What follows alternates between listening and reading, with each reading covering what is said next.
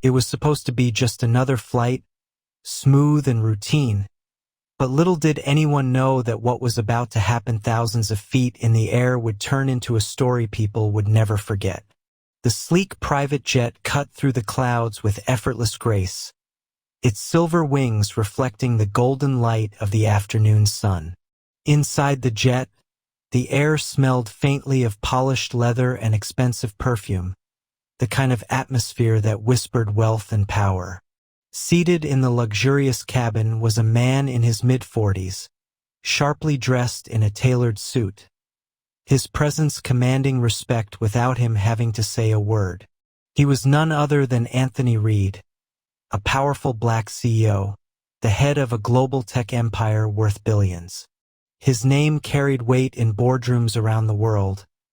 His influence stretched across industries, and his reputation was that of a man who had built everything with his own two hands. Yet for all his success, Anthony was calm and humble, the kind of man who treated everyone with respect, from janitors to shareholders. At least that was what people who truly knew him would say. But not everyone saw him for who he was. To some, he was just another man in a suit, and as fate would have it, one person on that plane was about to make the biggest mistake of her life. Her name was Claire, a young white air hostess, elegant and professional in her crisp uniform. She had been assigned to this private flight through an agency that supplied staff for luxury jet owners. Claire, however, wasn't happy about being here. From the moment she stepped on board, there was an edge in her attitude, a bitterness she didn't bother hiding. To her, serving people, especially powerful men, was something beneath her, something she resented with every fiber of her being.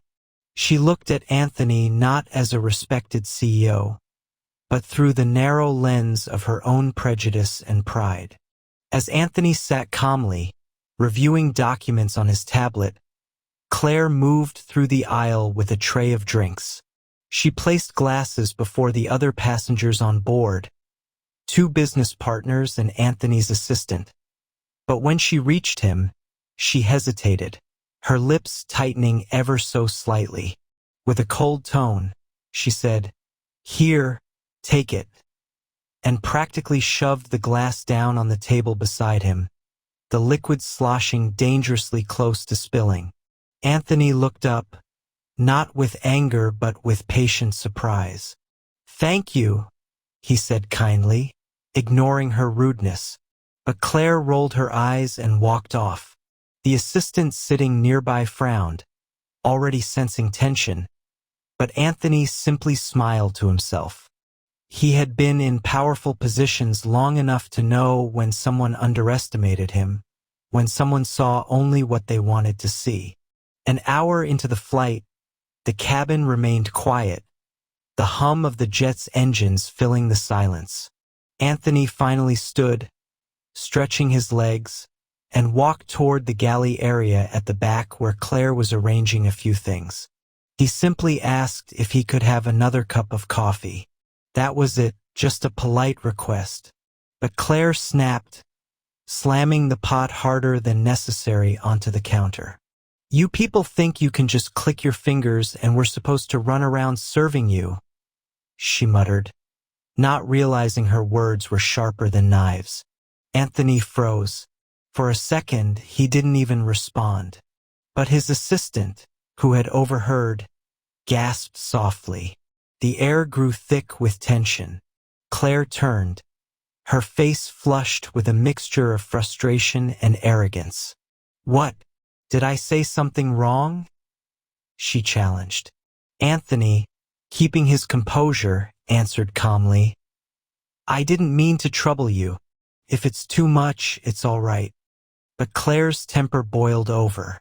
Maybe it was stress, maybe it was her own prejudices surfacing, or maybe it was the false sense of superiority she carried. Whatever the reason, what she did next shocked everyone. Without warning, she lifted her hand and struck Anthony across the face. Right there, inside his own jet, the sharp crack echoed like thunder in the cabin.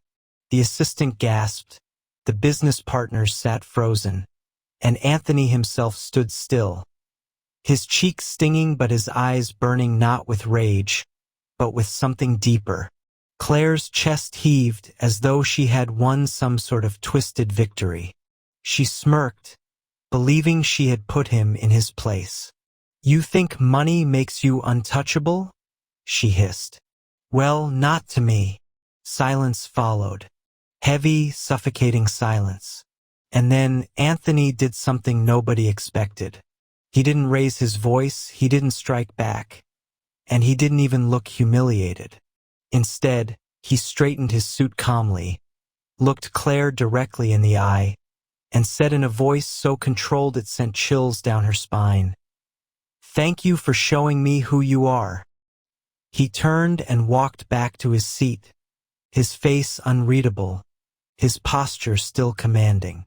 The rest of the flight went on in an awkward, suffocating atmosphere, Claire pretending she had won, while the others avoided eye contact with her.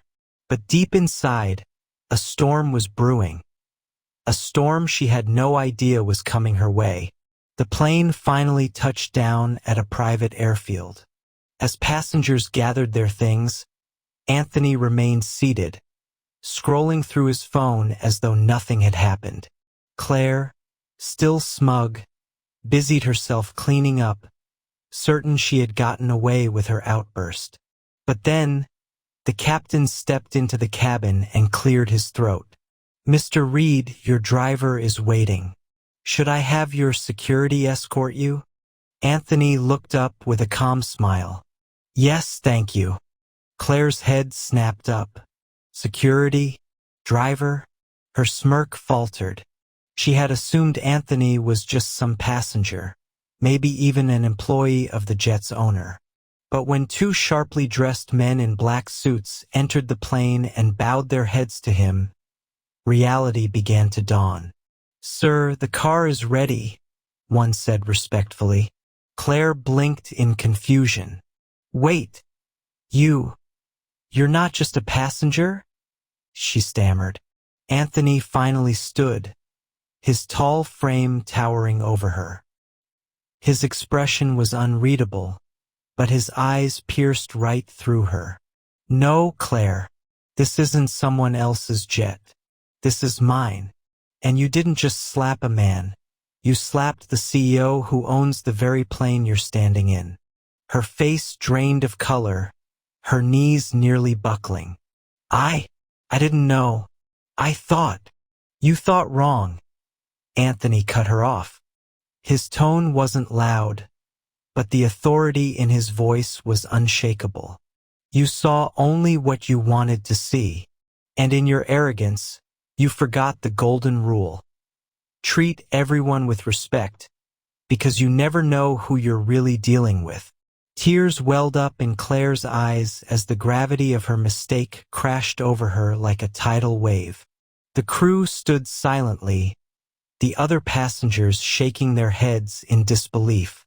Anthony walked past her, but then paused at the exit, turning back just once. "You wanted to teach me a lesson? Consider this your lesson instead. This job, this life, you had it all in your hands. But your disrespect cost you more than you realize."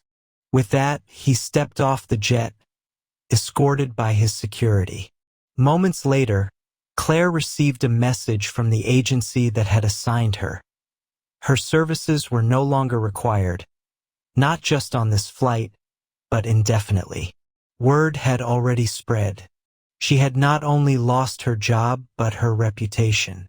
And as Anthony's sleek black car drove away from the runway, he leaned back against the seat, looking out at the horizon. He didn't smile, he didn't gloat, he simply reflected on the truth of the world. Respect isn't about wealth, skin color, or status. It's about how you treat people, no matter who they are. And those who fail to see that often end up paying the highest price. The lesson was clear. Arrogance blinds, but humility opens doors. Claire's slap had been loud, but Anthony's payback was quieter and far more devastating. And so, next time you look at someone and judge them based on your own prejudice, remember this story. Because you never know if the person you're underestimating is the very one who holds your future in their hands. So tell me, what do you think? Did Claire deserve what happened to her? And what would you have done in Anthony's place? Let me know in the comments below. And if you enjoyed this story, don't forget to like, share, and subscribe to True Black Stories, where every story comes with a twist, a lesson, and a reminder that respect is always the most valuable currency.